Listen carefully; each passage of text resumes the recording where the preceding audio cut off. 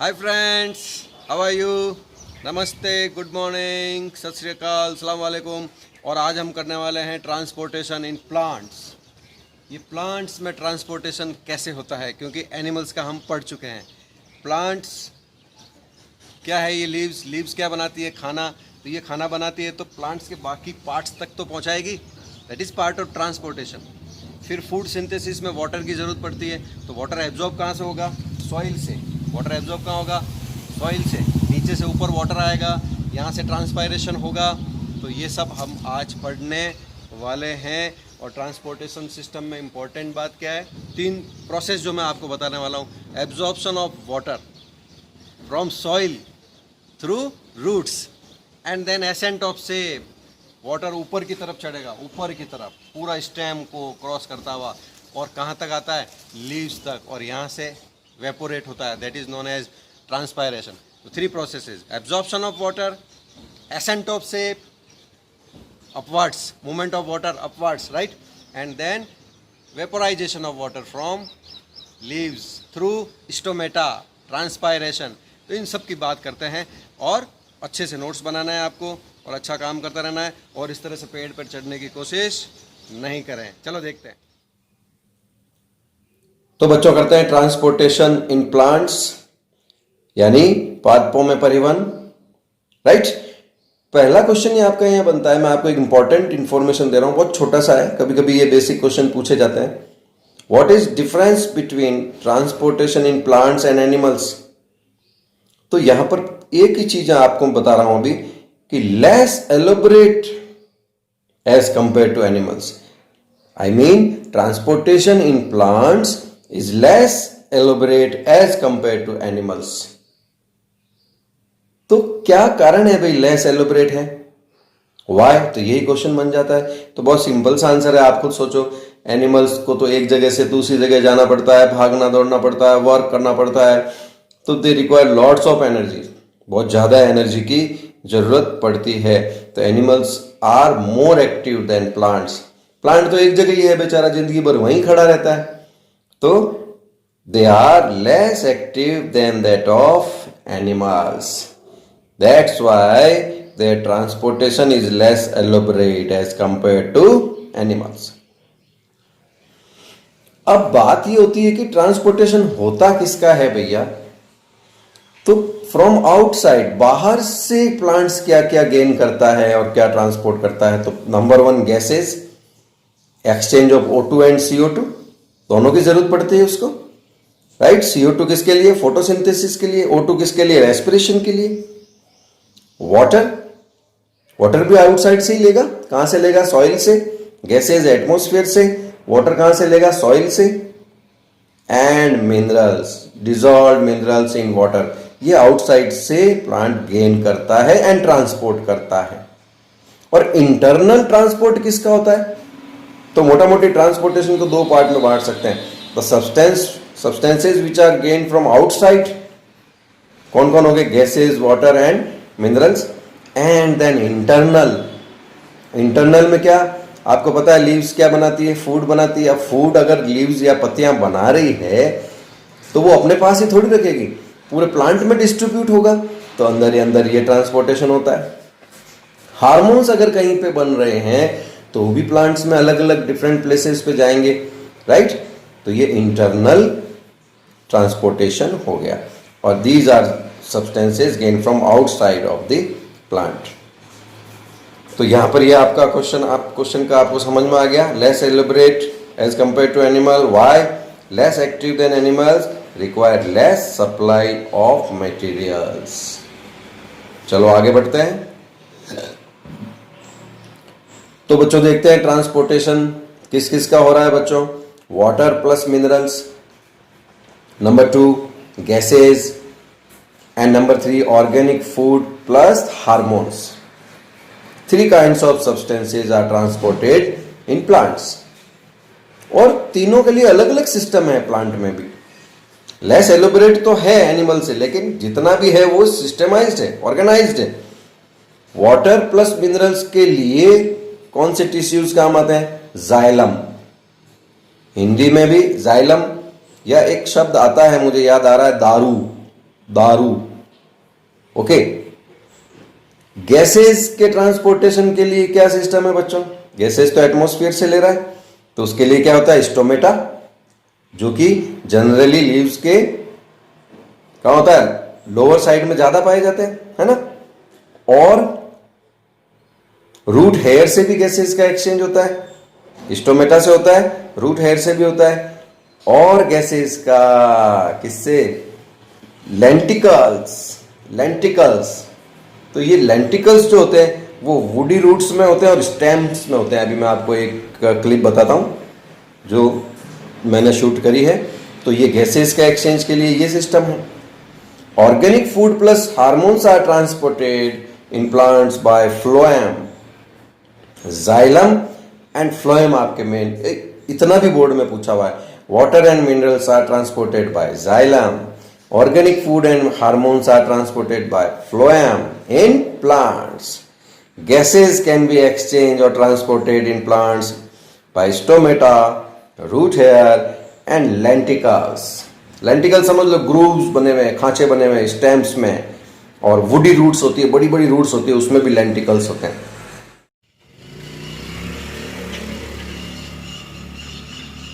ये देखो बच्चों, ये होते हैं लेंटिकल्स बार्क में।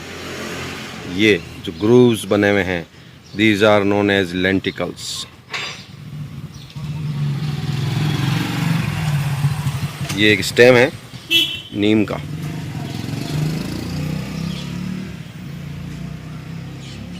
ये होते हैं बच्चों लेंटिकल्स, ये दिख रहे हैं आपको। और जो वुडी रूट्स होती है उनमें भी लेंटिकल्स होते हैं फॉर एक्सचेंज ऑफ गैसेस। तो बच्चों, transportation of water and minerals में हम पहले बात कर लें कि कहां से एब्जॉर्ब करता है। एब्जॉर्ब फ्रॉम, कहां से? सॉइल से। Very good. थ्रू किससे? क्या है उसके पास सिस्टम ऐसा? तो transportation of water and minerals, जो आपका रूट से वाटर एब्जॉर्ब होता है एंड देन ट्रांसपोर्ट का जो सिस्टम बना हुआ है, that is xylem. That is xylem, right.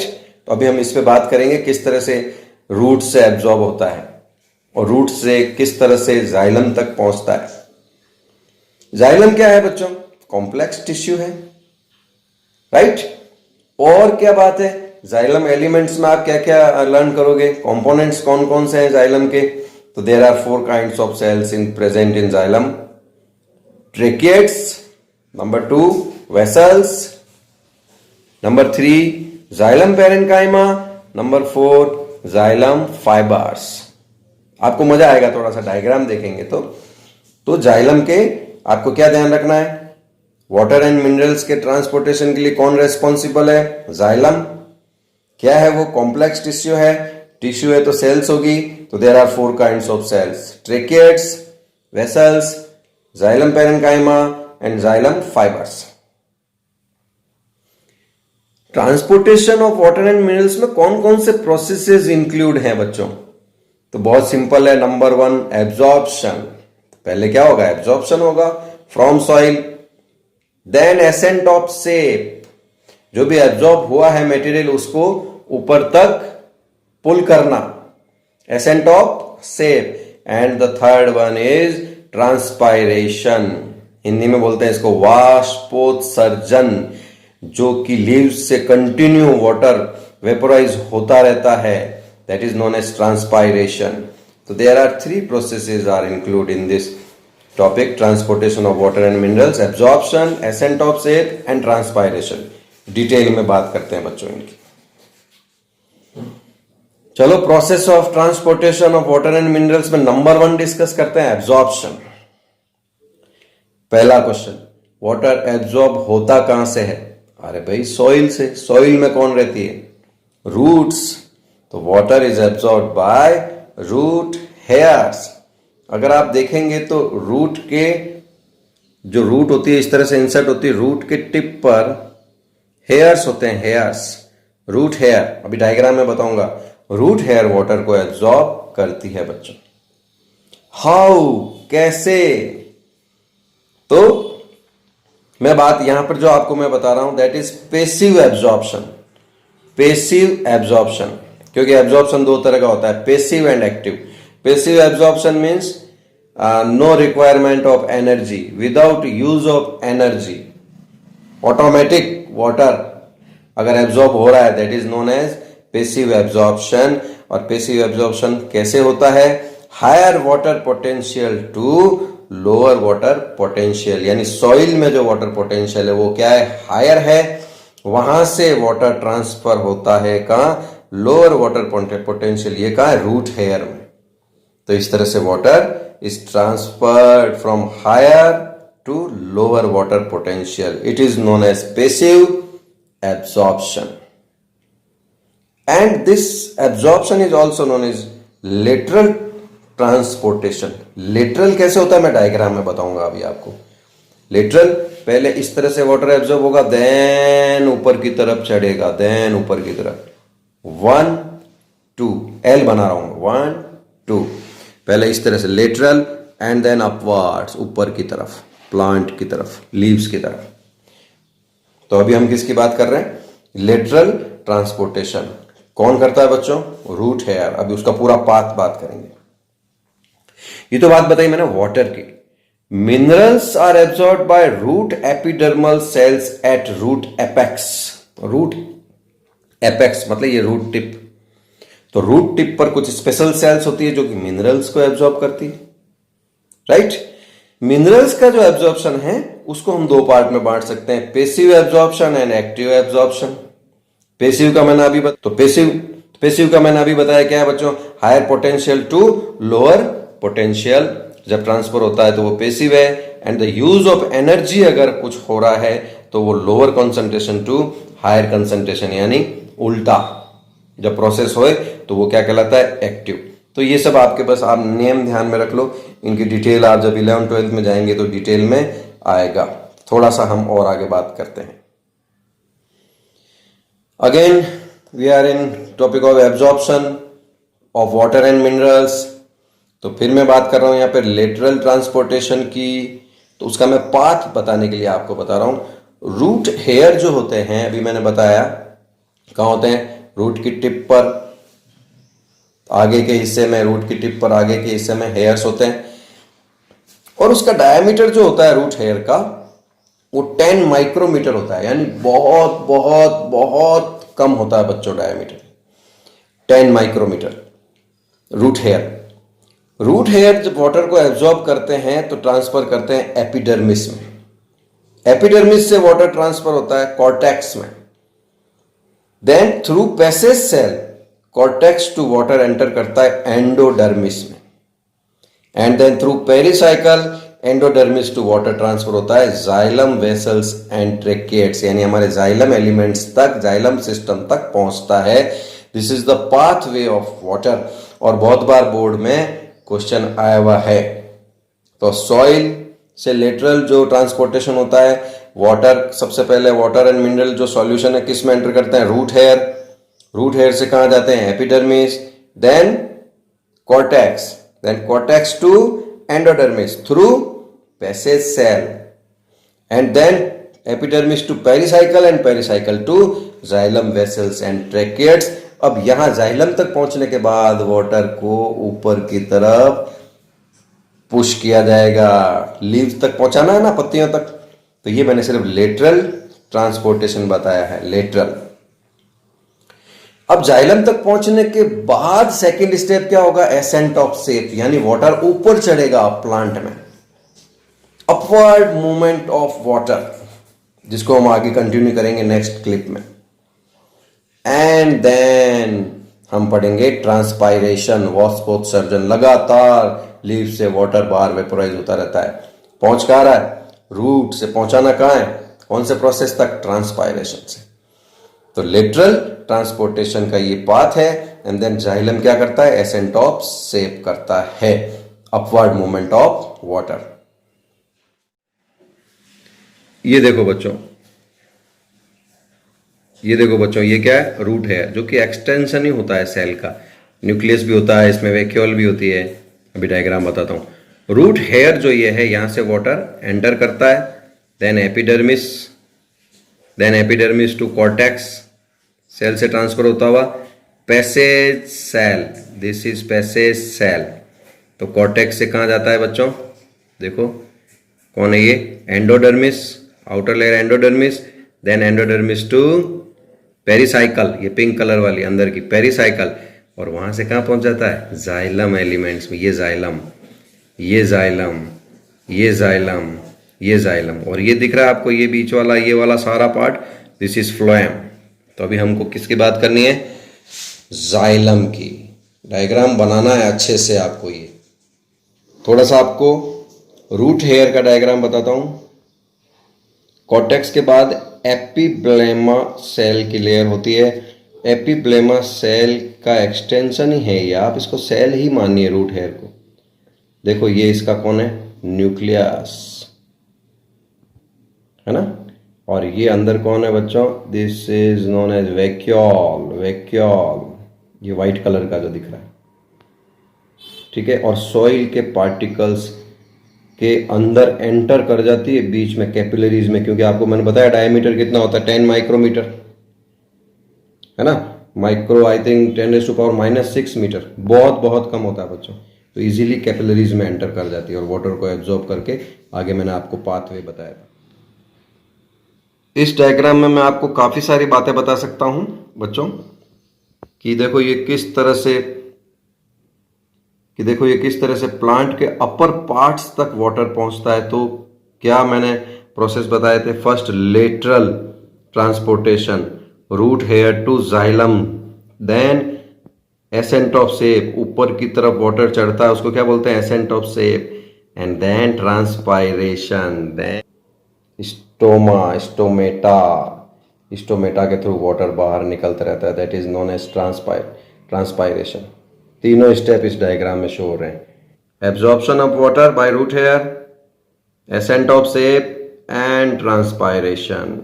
कहां होता है, लीव्स। कौन करता है, कहां से होता है, स्टोमेटा। देखो इस डायग्राम में आपको प्लांट शो नहीं हो रहा है, केवल मैं सिस्टम बता रहा हूं। लेटरल, ये देखो लेटरल, इस तरह से ये लेटरल कौन है बच्चों, देखो ये रूट हेयर, रूट हेयर से वाटर पाथ बताया मैंने आपको, cortex, passage cell, pericycle, epidermis, और कहां पहुंच जाता है, जाइलम में। जाइलम में पहुंचते ही एसेंट ऑफ सेप, ऊपर की तरफ वाटर, एक कॉलम बन जाता है, कॉलम वाटर का। तो अलग अलग थ्योरीज है एसेंट ऑफ सेप की, अभी हम डिस्कस करेंगे। एंड देन कहां पहुंच जाता है, लीव्स में। ये आपने डायग्राम बनाया हुआ है लीव्स का, पेलिसेड और ये सब बनाया हुआ है, देखो स्पंजी पैरेन्काइमा, और ये कौन है हमारा, स्टोमेटा। इस तरह से ये पाथ है पूरा बच्चों, और प्रोसेस भी आ गया बच्चों इसके अंदर, absorption, ascent of sap and transpiration. चलो सेकेंड स्टेप की बात करते हैं, एसेंट ऑफ सेप, यानी ऊपर की तरफ वाटर का ट्रांसफर होना। Upward movement of water is known as ascent of sap. इसके लिए बच्चों अलग अलग तरह की थ्योरीज इसके सपोर्ट में आई है, और कोई भी एक थ्योरी से हम वाटर को पूरा ऊपर तक नहीं चढ़ा सकते। तो जो ज्यादा वैलिड थ्योरीज है मैं उन्हीं को यहां पर ले रहा हूं आपके अभी 10th में। 11th 12th में आपको सारी थ्योरीज पढ़नी पड़ेगी। तो फर्स्ट थ्योरी दी इसके लिए root pressure theory, root pressure theory बच्चों। ये प्रपोज करी थी 1916 में प्रिस्टले ने, प्रिस्टले, राइट। क्या है रूट प्रेशर थ्योरी बच्चों, roots absorb water, root water को एब्जॉर्ब करती है, एंड एक्सर्ट अ प्रेशर, और एक प्रेशर दबाव बनाती है, विच पुशेज द वाटर अपवर्ड्स, जो कि वाटर को अपवर्ड्स यानी ऊपर की तरफ पुश करती है। यानी रूट में तो बहुत सारा वाटर वाटर वाटर वाटर इकट्ठा होगा, तो वहां पर एक प्रेशर क्रिएट होगा वाटर का, और उससे वाटर ऊपर की तरफ जाएगा। जब कोई थ्योरी आती है तो ऑब्जेक्शंस आते हैं। तो ये जो रूट प्रेशर है, जो इतना रूट प्रेशर, इतना अमाउंट में प्रेशर नहीं बन पाता, इतना प्रेशर एक्सेप्ट नहीं होता कि वो, आपको पता है बहुत लंबे लंबे कई 100 मीटर तक ट्री होते हैं, और वहां की पत्तियों तक, लीव्स तक पहुंचना केवल रूट प्रेशर थ्योरी से, केवल रूट के प्रेशर से पॉसिबल नहीं है। तो this theory is applicable in small herbs, not in tall trees. छोटी छोटी झाड़ियों जो हैं, छोटे छोटे पौधे हैं, वहां पर रूट प्रेशर वाली थ्योरी मानी जा सकती है। लेकिन जो बहुत ऊंचे ऊंचे पेड़ हैं, लॉन्गर ट्रीज हैं जो कई 100 मीटर तक होते हैं, वहां तक ट्रांसपायरेशन हो रहा है, तो वो वाटर तो सॉइल से ही आ रहा है ना, तो वो वाटर कैसे ऊपर तक चढ़ रहा है, तो ये थ्योरी उसको एक्सप्लेन नहीं कर पाती। तो this theory is applicable only for small herbs. तो आपको रूट प्रेशर थ्योरी में रूट में जो वाटर कलेक्ट होता है उसका pressure is known as root pressure. किसने प्रपोज किया? प्रिस्टले ने। Applicable for small herbs, right. तो फिर लॉन्ग ट्रीज के लिए कौन सी थ्योरी है बच्चों? ट्रांसपायरेशन पुल, और इसका एक नाम है कोहेजन टेंशन थ्योरी। ट्रांसपायरेशन मैंने बताया लीव्स से कंटिन्यू वाटर का बाहर निकलना, तो एक ट्रांसपायरेशन पुल बनता है। मैं अभी उसके बारे में बताता हूं आपको। जब लीव से कंटिन्यू वाटर वेपोराइज होगा तो एक वाटर का कॉलम जाइलम में बन जाएगा और रूट से वाटर एब्जॉर्ब होता रहेगा, जाइलम में ऊपर चढ़ता रहेगा और वेपोराइज होकर बाहर निकलता रहेगा। कंटिन्यू ये सिस्टम चलता रहेगा। कोहेजन का मतलब होता है force of attraction between similar same kind of molecule. जैसे वाटर मॉलिक्यूल्स के बीच में जो अट्रैक्शन फोर्स है उसको क्या बोलेंगे? Cohesion tension. तो दोनों नाम से थ्योरी को जानी जाती है और प्रपोज किया डिक्सन एंड जॉली 1894। और किसके लिए एप्लीकेबल है बच्चों ये? For tall trees. अभी थोड़ा सा और बात करते हैं इसमें। तो दो थ्योरीज ध्यान में रखनी है, root pressure theory and transpiration pull. Priestley, Dixon and Jolly. ये थ्योरीज आप हायर क्लासेस में और डिटेल में इनकी स्टडी करेंगे। देखो बच्चों, ट्रांसपायरेशन पुल एंड और कोहेजन टेंशन थ्योरी की बात करें तो ये थ्योरी ये बताती है बच्चों हमको क्या प्रपोज कर रही है theory? The main force responsible for upward movement of water is transpiration pull. Transpiration pull क्या होगा बच्चों? ट्रांसपायरेशन पुल की बात करें तो ये ट्री है, यहां से कंटिन्यू वाटर वेपोराइज होता रहेगा और ये क्या है? रूट्स है। वाटर रूट्स एब्जॉर्ब करेगी और ये वाटर का एक कॉलम बन जाएगा कंटिन्यू, ये चलता रहेगा। It is known as transpiration pull. Transpiration होता रहेगा, जितनी तेजी से ट्रांसपायरेशन होगा उतना तेजी से वाटर एब्जॉर्ब होगा फ्रॉम सॉइल बाय रूट्स। तो ट्रांसपायरेशन पुल कहां जनरेट होता है? Generated in leaves. कहां पे जनरेट होगा? पत्तियों में जनरेट होता है and pulls the water column upwards और कंटिन्यू। और वाटर कॉलम टूटता क्यों नहीं है? एक रस्सी की तरह बन जाता है ये। रस्सी समझते ना आप? रोप, एक रोप की तरह वाटर पुल बन जाता है। टूटता क्यों नहीं है? Cohesion tension. वाटर मॉलिक्यूल्स के बीच में जो अट्रैक्शन फोर्स है वो इस कॉलम को टूटने नहीं देती। और मैंने बताया आपको डिक्सन एंड जॉली ने प्रपोज करा था, तो इतना ही मोटा मोटी आपको ध्यान रखना। It is applicable for tall trees, right. Main force responsible कौन है? ट्रांसपायरेशन पुल। जनरेट कहां होता है? लीव्स में। क्या करता है ये? Pulls the water column upwards. Water column को ऊपर की तरफ खींचता है। कौन? Transpiration pull. ट्रांसपायरेशन होता कहां है? लीव्स में। तो आपको पता लग जाएगा ट्रांसपायरेशन पुल जनरेट कहां होता है। तो ट्रांसपायरेशन की डेफिनेशन पे बहुत बार 1 मार्क का क्वेश्चन आया हुआ है। तो what is definition? The loss of water in the form of vapour. क्या है ये डेफिनेशन में? ट्रांसपायरेशन है क्या? लॉस ऑफ वाटर है। वाटर किस फॉर्म में लॉस हो रहा है? वेपर फॉर्म में। कहां से हो रहा है? From the living tissues of aerial parts of the plant. ज्यादातर लीव से ही हो रहा है, लेकिन जो एरियल पार्ट्स है सब जगह से वहां से ट्रांसपायरेशन कंटिन्यू होता रहता है। लॉस ऑफ वाटर कंटिन्यू होता रहता है। तो main thing is loss of water is known as transpiration. अब आप अलग अलग क्वेश्चन बना के डेफिनेशन याद रख सकते हो। किस फॉर्म में होता है loss of water? Vapour form में होता है। कहां से होता है? एरियल पार्ट्स में से होता है। तो देयर आर 3 वर्ड्स जो कि मैंने बोल्ड किए हैं आपको। Loss of water, vapour, aerial parts. Definition ready.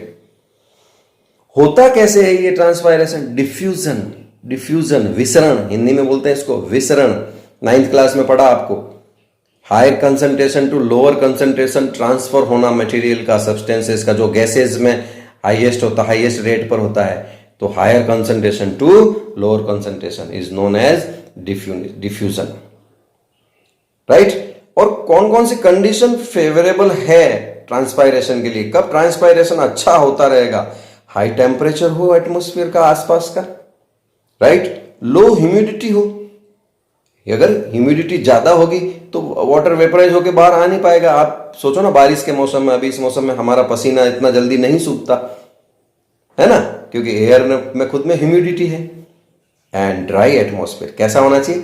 Dry atmosphere. तो these three factor supports the transpiration: high temperature, low humidity and dry atmosphere. आपको पता है कि एक जो पेड़ होता है वो अपने लाइफ टाइम में अपने भार से 100 गुना वाटर तक ट्रांसपायरेट कर देता है। 100 times its weight in its lifetime transpirate water a tree. तो कितना वाटर लॉस होता है वापस एटमॉस्फेयर में। ये डायग्राम आप बना चुके हो बच्चों, लास्ट वीडियो में भेजा था मैंने लीव्स का। क्या है बच्चों? Transaction, transversal section of portion of leaf showing stomatal transpiration. Epidermis, palisade, याद आया? स्पंजी पैरेन्काइमा, है ना बच्चों? ये बीच बीच में स्पेस दिख रहा है, स्पंजी है इसलिए स्पेस दिख रहा है आपको सेल्स के। ये कौन है? हमारा जाइलम, है ना? तो ये जाइलम से वाटर ट्रांसफर होता है, स्पेस से होता होता स्टोमेटा। ये कौन है? गार्ड सेल्स, क्लोज और ओपन करने में हेल्प करती है। तो फिर जब डे टाइम में क्या होता है? ओपन होता है, दमादम वाटर इससे बाहर निकलता रहता है। और लोअर साइड में होता है ये लीफ के, ज्यादातर लोअर साइड में होता है। ये देखो गार्ड सेल्स। किसका वेपोराइजेशन किसका बता रहे हैं? वाटर का। चलो अब बात करते हैं transportation of food and other substance from one place to another place in plant. तो ये जो फूड एंड अदर सब्सटेंसेस हैं, ये किसके थ्रू ट्रांसपोर्ट होते हैं? फ्लोएम के थ्रू। तो जाइलम के बाद अब किसका नंबर है बच्चों? फ्लोएम का। फ्लोएम भी क्या है बच्चों? कॉम्प्लेक्स परमानेंट टिश्यू है जो कि पैरेलल टू जाइलम, जाइलम के पैरेलल चलता रहता है बच्चों। ये जाइलम के पैरेलल। फ्लोएम क्या कंटेन करता है? एलिमेंट्स कौन कौन से हैं फ्लोएम के अंदर, राइट? क्योंकि टिश्यू है तो एक तो होती है बच्चों इसके अंदर sieve tubes, sieve tubes non nucleated, यानी न्यूक्लियस नहीं होता। Companion cells, phloem parenchyma and phloem fibres. चार आपको याद रखना है, SCPP, right? Sieve tubes, companion cells, phloem parenchyma and phloem fibres. ये आपके पैरेन्काइमा एंड फाइबर्स जाइलम में भी थे। कंपेनियन सेल्स भी हेल्प करती है। मेन सीव ट्यूब से हमारा जो फूड है वो डिजोल्व फॉर्म में, सॉल्यूशन फॉर्म में ट्रांसफर होता है बच्चों। तो ये आपका transportation of food and other substances. थोड़ा फूड के पाथ की भी बात करें बच्चों, बहुत सिंपल है। फूड सिंथेसाइज कहां होता है? लीफ में। ग्रीन पार्ट्स ऑफ प्लांट और लीव्स में फूड सिंथेसाइज होता है। और हमने फोटोसिंथेसिस पढ़ा न्यूट्रिशन में। तो कार्बोहाइड्रेट या जो भी अदर फूड सब्सटेंसेस बने हैं वो मेसोफिल सेल्स के थ्रू, मेसोफिल सेल्स के कांटेक्ट में रहता है कौन? फ्लोएम। तो जो भी लीफ में बनता है वो मेसोफिल सेल्स के थ्रू ट्रांसफर हो जाता है कहां पर? फ्लोएम सिस्टम में। अब फ्लोएम इतना एक्सपर्ट है कि वो 3 डायरेक्शन में फूड को ट्रांसफर करता है। अपवर्ड्स, ऊपर भी ट्रांसफर करेगा, डाउनवर्ड्स, नीचे के पार्ट्स में भी भेजेगा, और लेटरल डायरेक्शन में भी फ्लोएम ट्रांसफर करता है। सारा सिस्टम होता है फ्लोएम में। एक 1 मार्क का क्वेश्चन आया है बच्चों, ट्रांसलोकेशन। अभी ट्रांसपोर्टेशन की जगह फूड का जो ट्रांसपोर्टेशन हो रहा है from one place to another place in plants, that is known as translocation. क्या डेफिनेशन हुई बच्चों?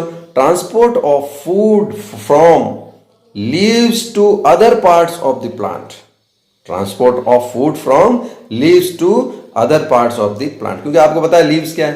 किचन है प्लांट की, वहां पे खाना बन रहा है और पूरे घर में जिस तरह से हम सर्व करते हैं। तो ये फ्लोएम क्या करता है? एक तरह से वेटर है प्लांट में। क्या है? ये वेटर का काम करता है।